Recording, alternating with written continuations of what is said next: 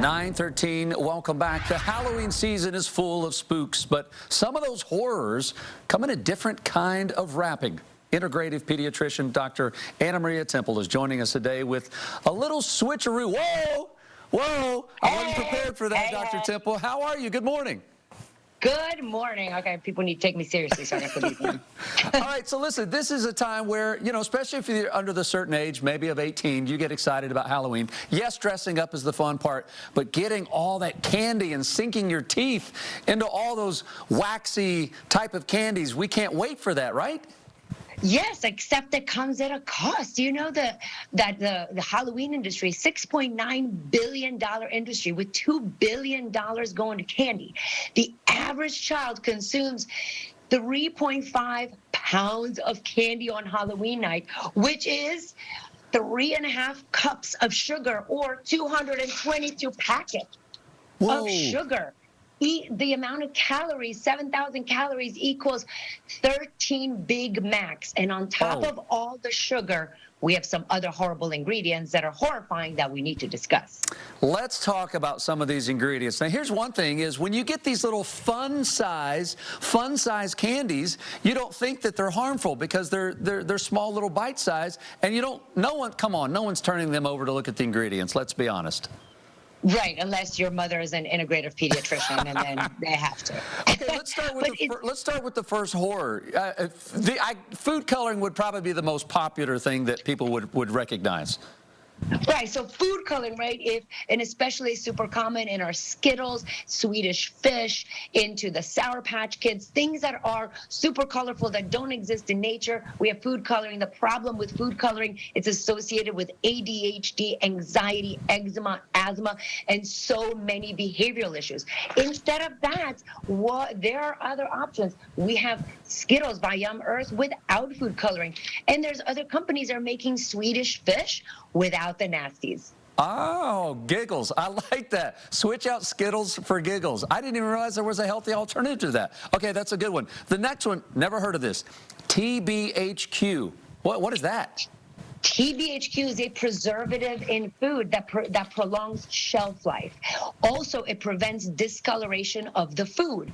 The problem is it's associated with enlarged livers, seizures, paralysis, and tumors. So what's a healthy alternative, like an all-natural chocolate peanut butter? Well, I got you covered. We have some Reese's peanut butter cups that are without those nasties, and then we have little tiny ones that mimic the Reese's, tiny little Reese's peanut butter cups. Yeah, I've had those. And they might be a little bit more expensive, but they are all natural. You get what you pay for.